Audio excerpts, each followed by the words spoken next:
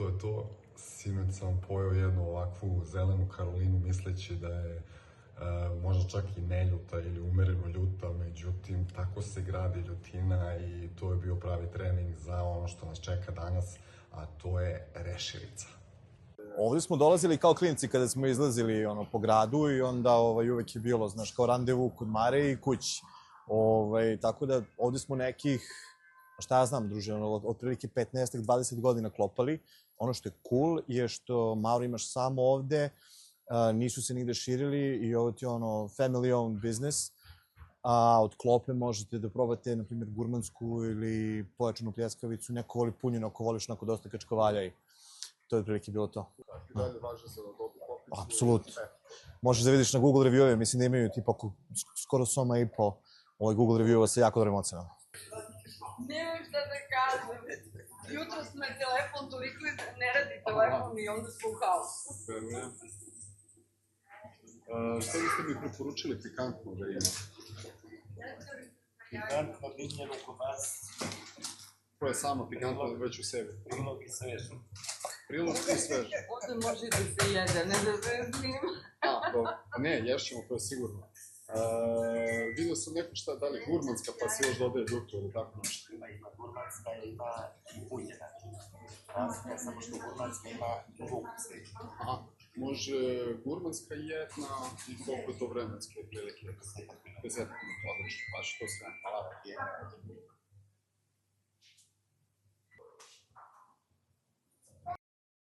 To je to, tamo je bila poprilična gužva, pa nismo ni zapravo imali uslova tamo da nešto snimimo.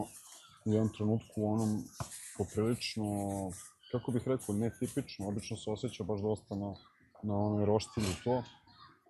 A ovoga puta sve je bilo nekako baš fino i ne toliko zadimljeno.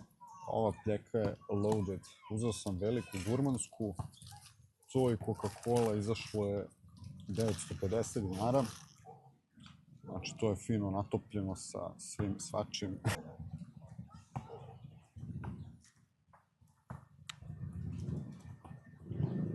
Fino pečena, imamo i kocu. Sad ćemo da vidimo. Od pikanterije u suštini unutra imaju tucanu papriku koja se najčešće koristi. I to je to, nisam znao da se zatvorio ovaj lokal za rešilicu, ali ovo je isto poprilično dobar izbor, tako da no mistaken. Kupus luk, kiseli krastavci i senf.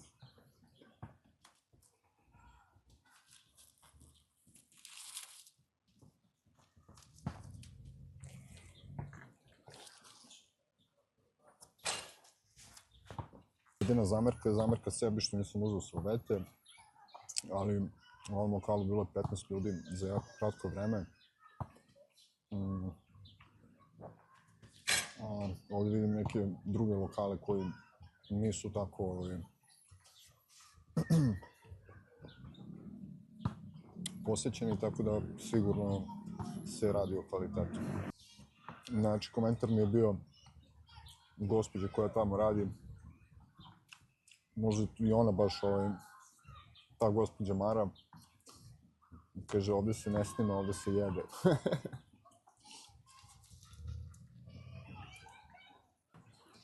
Novopazarska, odmah pored. Ovo, imamo i drugara, čekaj.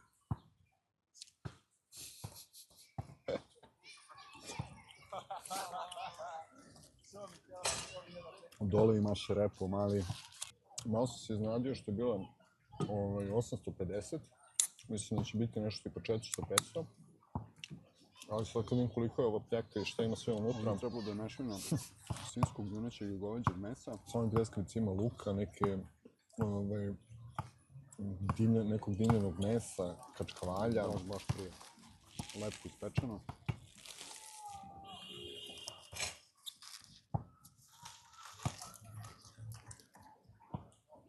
Ono što me raduje je da od priloga imaju kisele krastavce, što je uvek dobro.